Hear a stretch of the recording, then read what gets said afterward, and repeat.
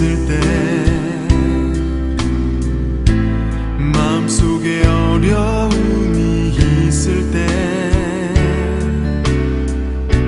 마음속에 어려움이 있을 때 주님 내게 먼저 오사 내 맘을 만지고 주님 앞에 나아올 수 없을 때 주님 앞에 나아올 수 없을 때 주님 앞에 나아올 수 없을 때 주님 날 먼저 안으시네. 그럼에도 불구하고 날 사랑하시는 내 하나님의 사랑 나의 모든 걸 덮고 그럼에도 불구하고 날 안아주시는 내 하나님을 부를 때 아버지라 부르죠.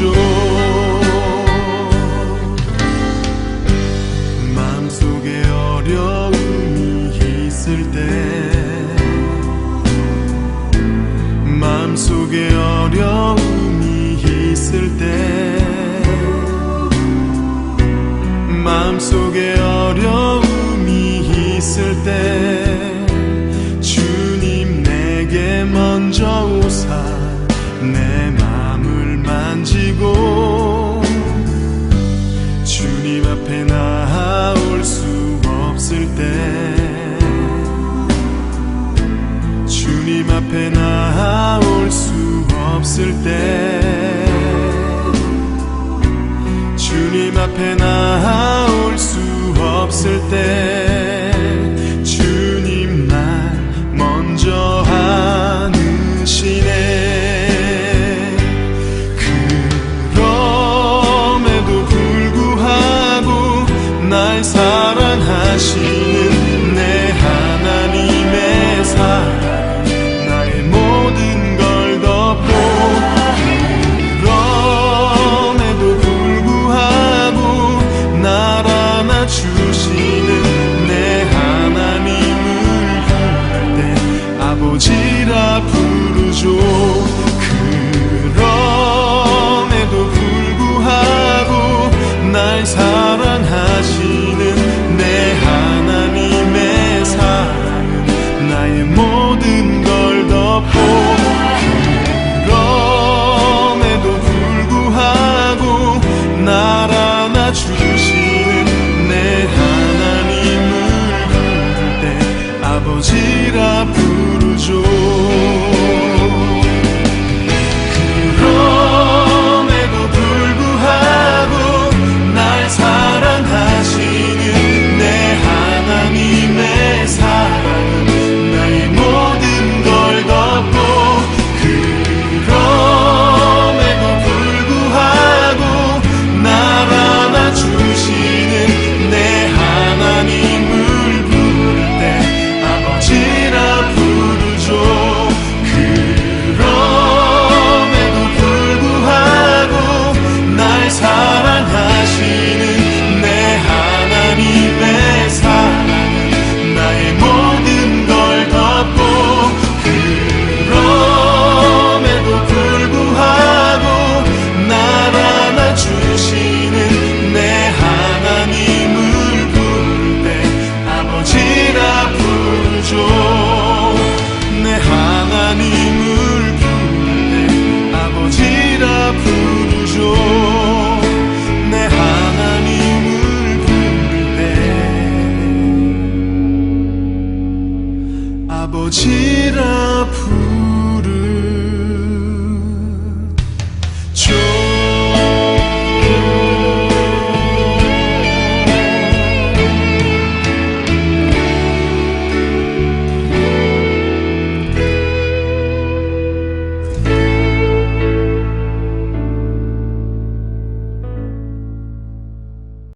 오늘 우리에게 주신 하나님의 말씀은 창세기 45장 1절부터 15절의 말씀입니다. 구약성경 70쪽입니다. 창세기 45장 1절부터 15절의 말씀을 드라마 바이블로 낭독합니다. 제45장. 요셉이 시종하는 자들 앞에서 그 정을 억제하지 못하여 소리질러 모든 사람은 나에게서 물러가라 하고 그 형제들에게 자기를 알리니 그때 그와 함께한 다른 사람이 없었더라. 요셉이 큰 소리로 우니 애굽 사람에게 들리며 바로의 궁중에 들리더라. 요셉이 그 형들에게 이르되 나는 요셉이라 내 아버지께서 아직 살아계시니이까? 형들이 그 앞에서 놀라서 대답하지 못하더라. 요셉이 형들에게 이르되 내게로 가까이 오소서. 그들이 가까이 가니 나는 당신들의 아우 요셉이니 당신들이 애굽의 판자라. 당신들이 나를 이곳에 팔았다고 해서 근심하지 마소서. 안탄하지 마소서. 하나님이 생명을 구원하시려고 나를 당신들보다 먼저 보내셨나이다.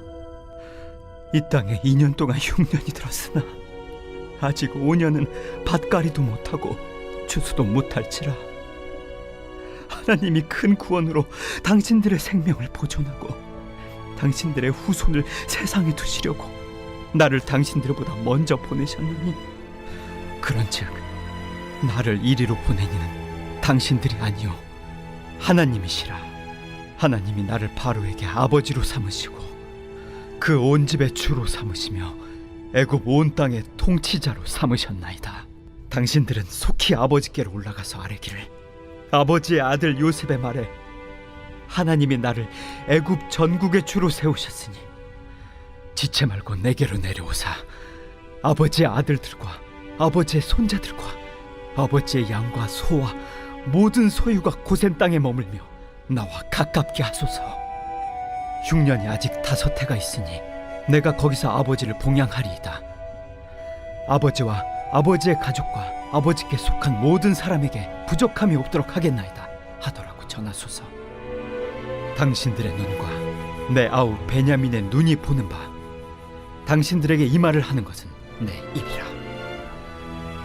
당신들은 내가 애굽에서 누리는 영화와 당신들이 본 모든 것을 다 내 아버지께 아뢰고 속히 모시고 내려오소서 하며 자기 아우 베냐민의 목을 안고 우니 베냐민도 요셉의 목을 안고 우니라.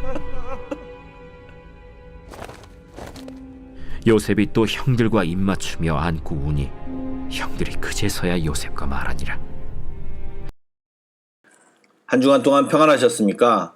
오늘도 음성으로 여러분을 만나고 있는데 경험상 들으시는 분들이 많이 힘드실 것 같습니다. 다음 주부터는 현장 예배가 아니어도 최소한 영상으로 뵐 수 있도록 노력하겠습니다.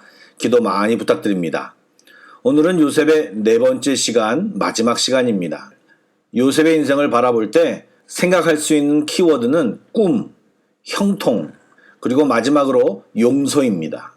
오늘 45장의 말씀을 본문으로 읽었지만 오늘 이야기할 내용이 요셉 인생의 전부를 커버하기 때문에 슬라이드를 보시며 설명하기를 원합니다. 창세기 37장부터 50장에 요셉의 이름이 등장하고 있는데요. 여러분들이 잘 아신다는 전제 아래 대략 기억을 더듬을 수 있도록 간단히 설명을 하겠습니다. 37장부터 나오는 이야기가 무엇입니까? 17살의 요셉의 이야기부터 시작됩니다.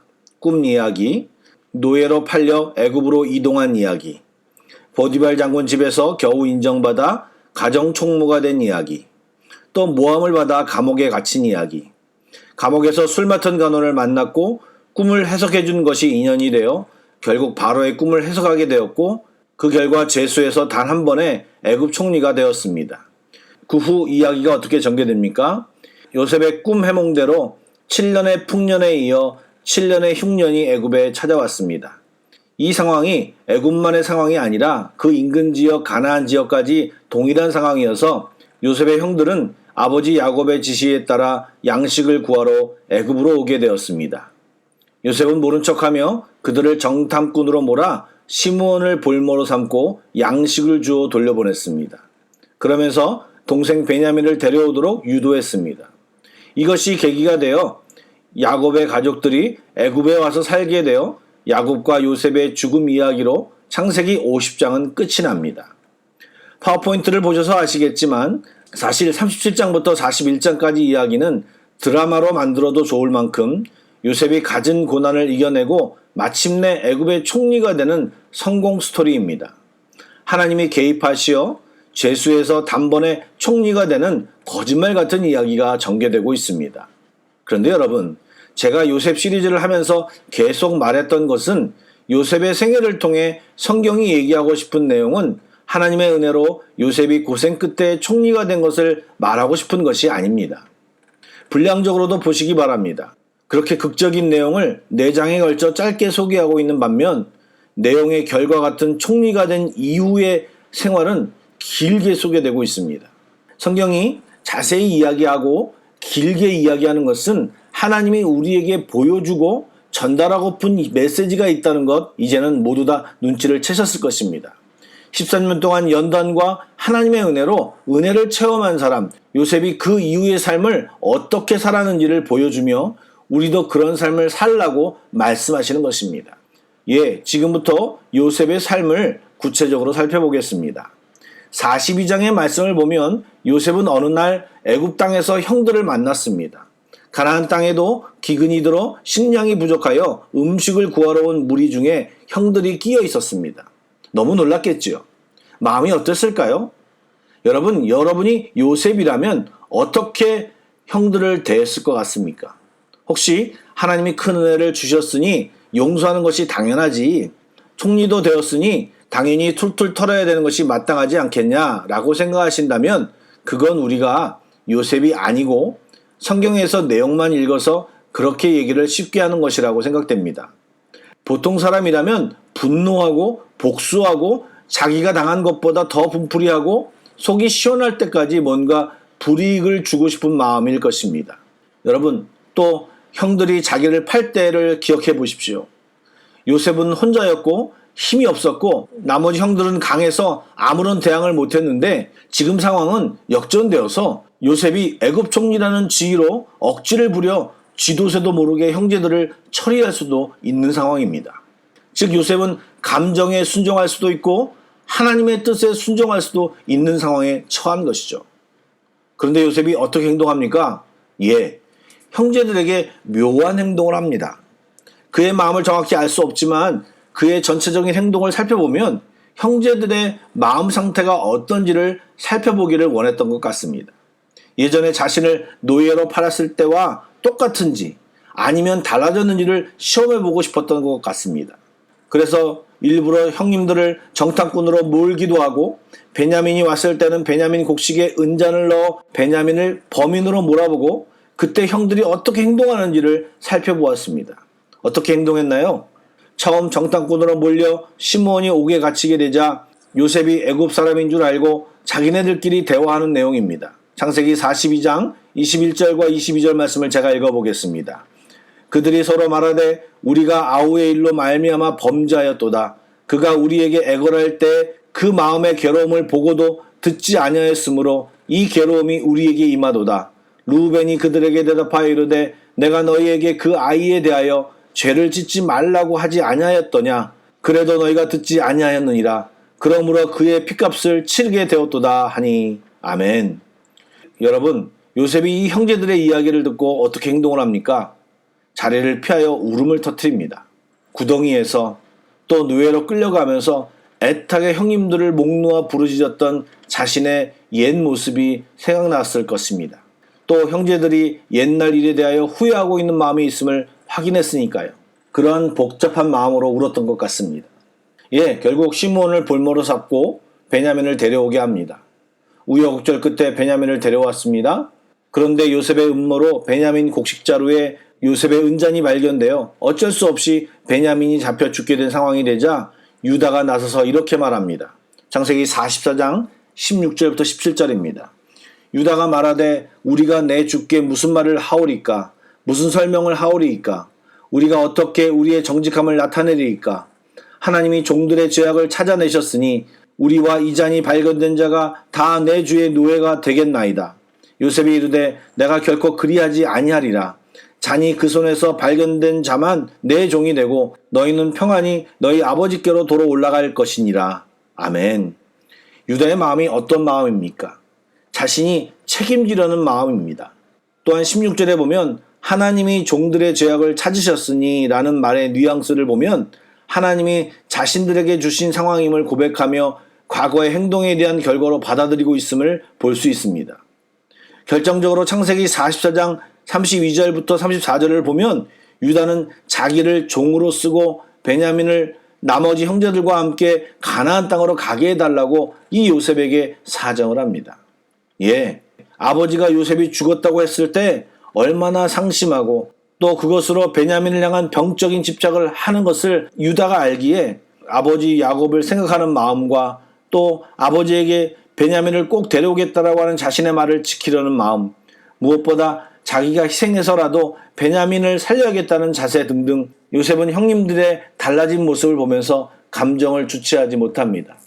그러자 45장 1절과 2절에 보면 요셉은 다른 모든 시종을 물러가게 하고 자기를 형님들에게 드러내며 큰 소리로 웁니다. 그러면서 유명한 말을 남깁니다. 4절부터 5절의 말씀입니다. 요셉이 형들에게 이르되 내게로 가까이 오소서. 그들이 가까이 가니 이르되 나는 당신들의 아우 요셉이니 당신들이 애굽의 판자라. 당신들이 나를 이곳에 팔았다고 해서 근심하지 마소서. 한탄하지 마소서. 하나님이 생명을 구원하시려고 나를 당신보다 먼저 보내셨나이다. 아멘. 연이어 7절과 8절에도 다시 한번 강조해서 요셉은 이야기합니다. 하나님이 큰 구원을 당신들의 생명을 보존하고 당신들의 후손을 세상에 두시려고 나를 당신들보다 먼저 보내셨나니 그런즉 나를 이리로 보내신 이는 당신들이 아니요 하나님이시라. 하나님이 나를 바로에게 아버지로 삼으시고 그 온 집의 주로 삼으시며 애굽 온 땅의 통치자로 삼으셨나이다. 아멘. 하나님께서는 아브라함 때에 이미 예언하신 대로 그의 후손을 애굽으로 이끌어서 큰 민족을 만들게 하시고 출애굽에 대한 원대한 계획을 세워놓으셨고 그 일을 진행하신 것입니다. 물론 하나님이 형들에게 악한 마음을 불어넣고 이 일을 조장한 것이 아닙니다. 그들이 품었던 악한 마음과 상황을 사용하시어 이 일을 이루신 것입니다. 요셉은 그 하나님의 뜻을 깨달았고 그 일을 형들에게 선포하며 또 형들에게 용서와 화해 이야기를 한 것입니다. 하나님과 교제하고 있었던 요셉은 이 하나님의 마음을 알았고 형들을 만나고 이제야 감정이 아닌 하나님의 뜻에 순종하기로 결단한 것입니다. 여러분, 화해, 용서, 용납이라고 하는 이 주제는 성경을 관통하는 주제입니다. 하나님이 죄 지은 우리 모두를 용서하시고 용납하시려고 예수님을 보내셨고 그 뜻을 이루셨습니다. 그러므로 우리와 하나님은 화해를 했고 막힌 담이 무너졌습니다. 또 구약을 보시면서 느끼시는 것이 무엇입니까? 구약은 이스라엘의 배반과 하나님의 용서의 역사인 것입니다. 하나님은 상한 갈대를 꺾으실 만도 한데 꺼져가는 등불을 꺼트릴 법도 한데 하나님은 그렇게 하지 않으시고 사랑으로 맞아주시고 계속해서 용서하셨습니다. 우리 하나님은 본인이 그런 분이시기에 우리 모두에게도 그러한 삶을 살기를 원하십니다. 여러분, 우리도 요셉처럼 이 땅을 살아가면서 원하지 않은 사람들을 잘못 만나 상처를 받을 수 있습니다. 또 엉망이 된 상황과 환경으로 어떤 특정한 사람들에 대한 원망과 미움이 있을 수 있습니다. 사실 그것을 우리 본성대로 한다면 삐지고 곱씹고 마음에 간직하다가 어느 날 여건을 만들어 분노를 터뜨리고 복수하고 싶은 것이 우리들입니다. 실제 그렇게 행동하면 어떻게 됩니까? 그러면 그것은 또 다른 분노와 복수를 낳을 수밖에 없는 것입니다. 그런데 성경이 하나님이 요구하시는 것은 바로 용서인 것입니다. 우리의 노력으로 참고 견뎌서 하는 용서가 아니라 먼저 우리가 하나님의 은혜를 체험하고 하나님의 용서를 체험하고 하나님의 마음을 알고 분노와 복수의 패러다임으로 계속 이어갈 것이 아니라 용서로 그 패러다임을 끊으라고 말하고 있는 것입니다. 용서는 그냥 참는 것이 아니라 완전히 새로운 패러다임으로 바꾸는 것입니다. 이것이 우리 주님의 마음인 것입니다. 말씀드린 대로 하나님이 요셉의 삶 속에서 하고 싶은 이야기는 나를 믿으면 성공한다, 예수를 믿으면 총리가 된다라는 것이 아닙니다. 우리가 이 땅에서 하나님을 믿어 하나님의 자녀가 되었는데 그 자녀로 살아가면서 이 땅에 있는 모든 사람들에게 너희의 그 하나님의 자녀됨을 드러내며 살라는 것입니다. 하나님의 자녀이기에 하나님을 닮아 하나님의 성품이 우리의 삶에서 드러나는 것입니다. 그것이 용서로, 그것이 희생으로, 그것이 섬김으로, 그것이 복음 전파로 다양하게 드러나기를 원하는 것입니다. 잘 생각해 보시기 바랍니다. 요셉이 아버지 곁에서 멋모르고 있을 때는요, 요셉 안에 자기로 충만했습니다. 그래서 자기만 드러나기를 원했습니다. 그 결과가 무엇입니까? 가족들과 불화와 형제들과 다툼과 상처였습니다. 그런데 요셉이 하나님과 동행하기 시작한 노예 때도, 죄수일 때도, 총리가 되어서도 요셉은 하나님을 드러내는 사람이었습니다. 그런 자가 형통한 자요, 그런 자가 하나님의 꿈과 뜻을 이루는 자인 것입니다. 우리 모두는 그런 사람이 되어야 하는 것이고, 하나님께서 우리 한 사람 한 사람에게 가진 꿈인 것입니다. 그런데 사단은 우리가 그렇게 사는 것을 극도로 싫어합니다. 온갖 수단을 사용하여 애초부터 하나님을 붙들지 못하도록, 하나님을 알지 못하도록 합니다. 그래서 자신을 드러내며 자신을 위한 삶이 가장 멋진 삶이라고 엉터리로 알려주며 그러한 삶을 살도록 부추기는 것이 바로 사단인 것입니다.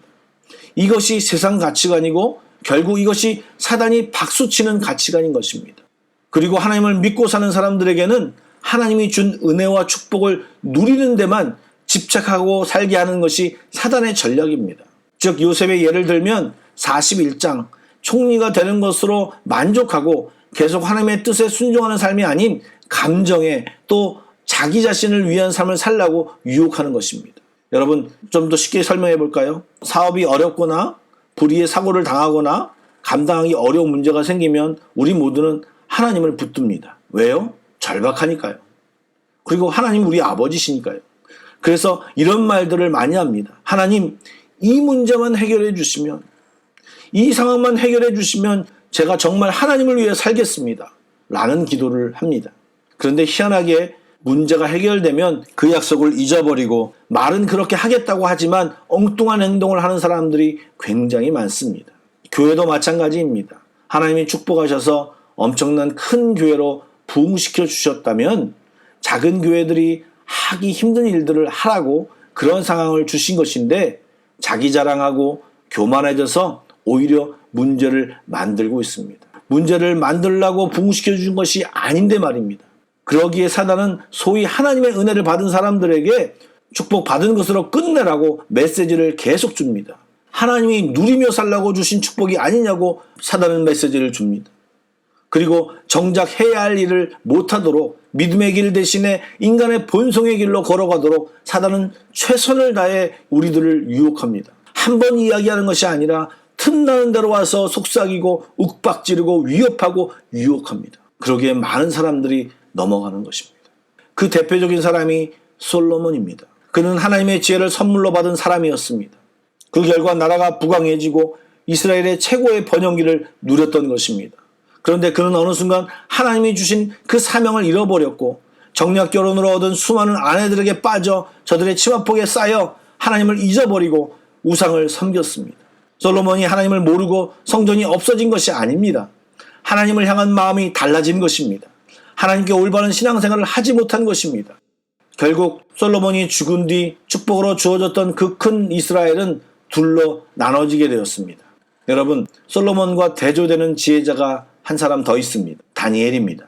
그는 하나님이 주신 지혜로 나라 있는 민족의 사람이었지만 당시 세계 강대국인 바벨론과 바사의 최고급 관리가 되었습니다. 그러나 그는 끝까지 겸손히 하나님을 붙들었고 하나님과 교제하며 그에게 맡겨주신 사명을 끝까지 감당했습니다. 50장을 한번 보셨으면 좋겠습니다. 15절부터 17절입니다.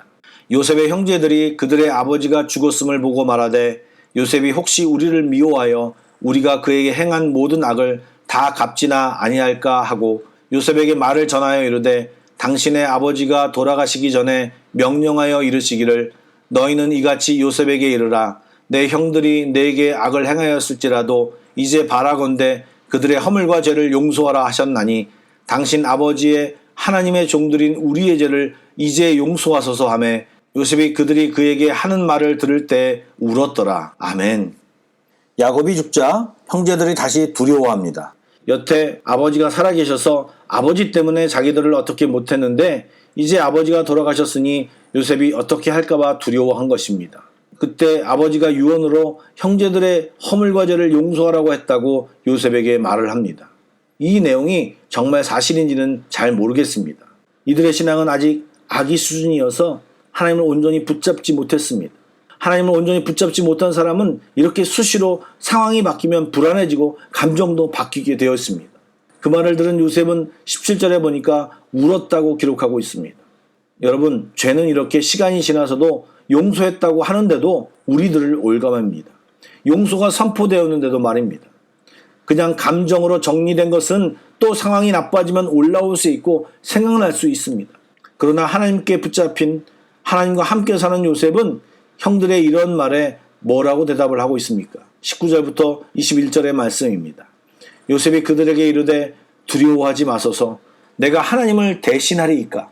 당신들은 나를 해하려 하였으나 하나님은 그것을 선으로 바꾸사 오늘과 같이 많은 백성의 생명을 구원하게 하시려 하셨나니 당신들은 두려워하지 마소서. 내가 당신들과 당신들의 자녀를 기르리이다 하고 그들을 강혹한 말로 위로하였더라. 아멘. 여기서도 요셉은 누구를 드러냅니까? 하나님을 드러내고 있습니다. 그리고 자기가 형들뿐만 아니라 조카들까지 기르겠다고 말합니다. 그리고 그들을 간곡한 말로 위로했다고 합니다.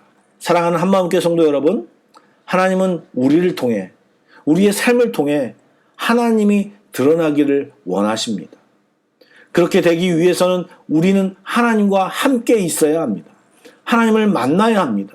어디서 만납니까? 기도의 자리에서 만나야 합니다. 말씀 보는 자리에서 만나야 합니다. 예배의 자리에서 만나야 합니다. 그리고 내 가정과 직장, 교회를 기도의 자리로, 말씀 보는 자리로, 예배하는 자리로 만들어야 합니다. 그리고 감정에 순종하는 자들이 아니라 하나님의 말씀과 뜻에 순종하는 자들이 되어야 합니다. 그래서 요셉처럼 우리의 삶 전체에서 주님을 만나고 또 우리가 있는 모든 곳에서 주님을 드러내며 살아가는 우리 모두가 되기를 주의 이름으로 축복합니다. 아멘. 기도하겠습니다. 사랑의 하나님, 우리는 하나님의 존귀한 자녀들입니다. 우리도 분명히 연약하고 부족하고 죄가 많지만 또 실수투성이지만 매일 넘어지지만 주님께서 사랑으로 용서하시고 용납해 주셨습니다. 이 사랑을 알게 하시고 이 은혜를 알아 이제 세상에서 내 감정대로 나만을 위해 사는 사람이 아니라 하나님을 위해 하나님을 드러내며 살아가게 하여 주옵소서. 그리고 하나님을 드러내는 그 순간에 성령님 꼭 도와주십시오. 감정에 무너지지 않게 하여 주시고 믿음으로 하나님을 드러내는 우리들 모두 다 되게 하여 주시옵소서. 이제는 우리 주 예수 그리스도의 은혜와 하나님 아버지의 용서하시고 용납하시는 사랑하심과 성령님의 인도하심과 도와주심과 내주하심이 이 예배를 드리는 모든 사람들 위해 그 가정과 직장 위에 그리고 한마음교회 위에 지금부터 영원까지 함께 하시길 간절히 축원하옵나이다. 아멘.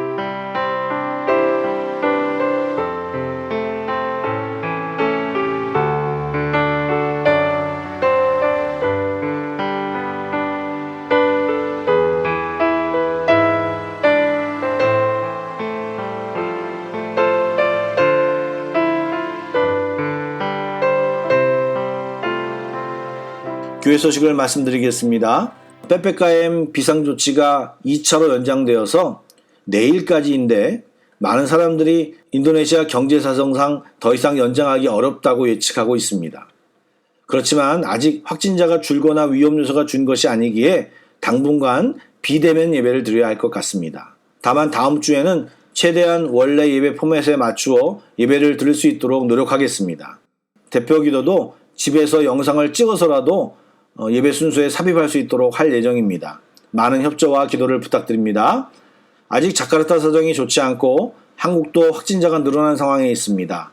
혹시 확진되신 분들이 계시다면 꼭 연락 주시어서 함께 기도할 수 있도록 협조해 주시기 바랍니다. 그리고 한국에 나가신 분들이 백신 접종 때문에 인도네시아로 되돌아오지 못하는 상황이 되어 자녀들이 있으신 분들은 고민이 많은 중에 있는데 이 모든 것을 가지고 우리 함께 기도해 주시면 감사하겠습니다. 헌금은 종전대로 은행 계좌로 참여해 주시면 감사하겠습니다. 코로나 상황이 계속되고 비대면 예배를 드리는 등 우리가 최선을 다해 노력하지 않으면 신앙을 제대로 지키기 어려운 시대를 살아가고 있습니다. 새벽 예배도 많이 참여해 주시고 오히려 이 시간을 신앙의 열심을 내는 귀한 시간으로 활용하시기를 소망합니다. 찬양곡을 묵상하시고 계속해서 합심기도와 개인기도로 나아가겠습니다.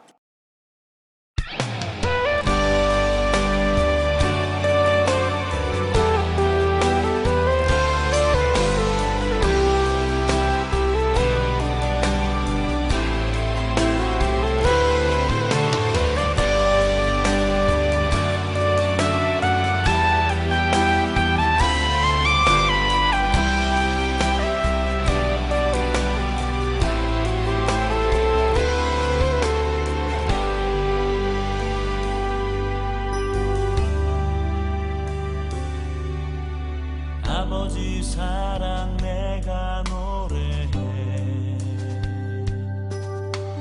아버지 은혜 내가 노래해 그 사랑 변함없으신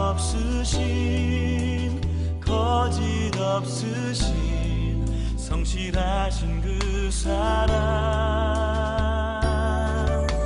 상한 가운데 꺾지 않으시는 꺼져가는 등불 끄지 않는 그 사랑 변함없으신 거짓 없으신 성실하신 그 사랑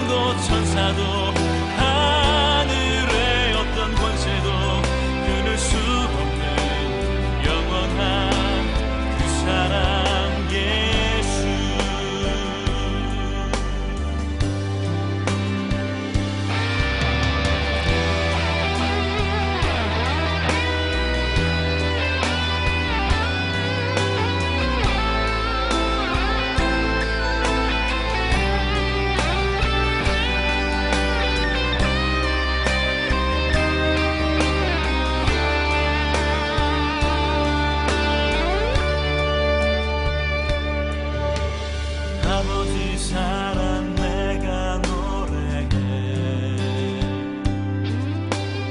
아버지 은혜 내가 노래해 그 사랑 변함없으신 거짓 없으신 성실하신 그 사랑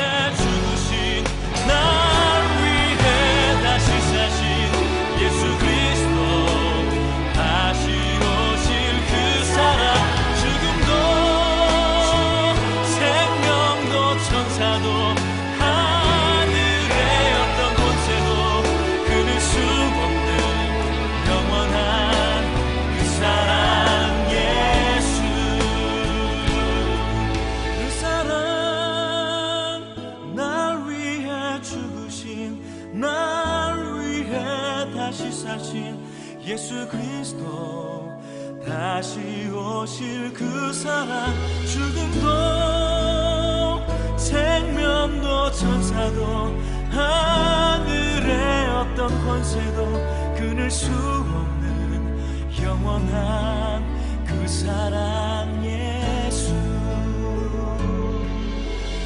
영원한